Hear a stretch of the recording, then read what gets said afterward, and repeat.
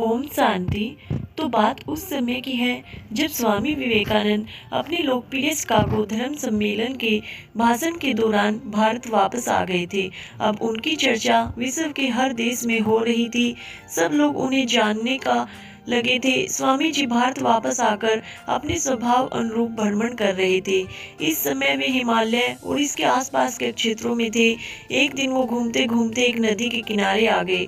वहाँ उन्होंने देखा कि एक नाव है, पर वह किनारा छोड़ चुकी है। तब वह नाव के वापस आने का इंतजार वहीं किनारे पर बैठकर करने लगे। एक साधु वहाँ से गुजर रहा था। साधु ने स्वामी जी को वहाँ अकेला बैठा देखा तो वह स्वामी जी के पास गया और उनसे पूछा, तुम यहाँ क्यों बैठे हो? स्वामी जी ने जवाब दिया, मैं यहाँ नाव का इंतजार कर रहा हूँ। साधु ने फिर पूछा, तुम्हारा नाम क्या है?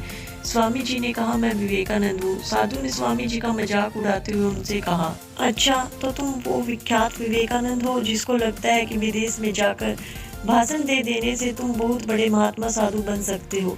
स्वामी जी ने साधु को कोई जवाब नहीं दिया। फिर साधु ने बहुत ही घमंड के साथ नदी के पानी के ऊपर चलकर अपनी शक्ति का प्रदर्शन किया।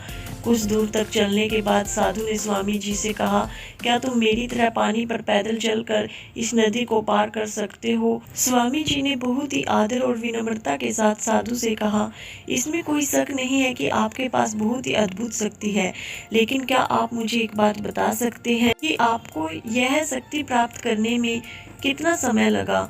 बहुत ही अभिमान के साथ साधु ने जवाब दिया, यह बहुत ही कठिन कार्य था। मैंने 20 सालों की कठिन तपस्या और साधना के बाद यह महान शक्ति प्राप्त की है। साधु का यह बताने का अंदाज बहुत ही अहंकार भरा था। यह देखकर स्वामी जी बहुत ही शांत स्वर में बोले, आपने अपनी जिंदगी के 20 साल ऐसी विद्या को सीखने में बर्बाद कर दिए जो काम एक नाव केवल 5 मिनट में कर सकती है। आप ये 20 साल निर्धन बेसहारा गरीबों की सेवा में लगा सकते थे, या अपने ज्ञान और शक्ति का प्रयोग देश और देशवासियों की प्रगति में लगा सकते थे, परंतु आपने अपने 20 साल सिर्फ 5 मिनट बचाने के लिए व्यर्थ कर दिए।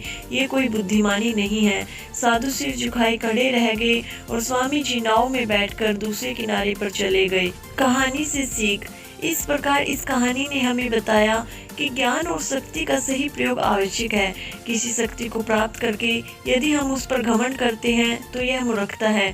शक्ति का सही जगह पर सही इस्तेमाल करना ही वास्तविकता में बुद्धिमानी है। ओम शांति।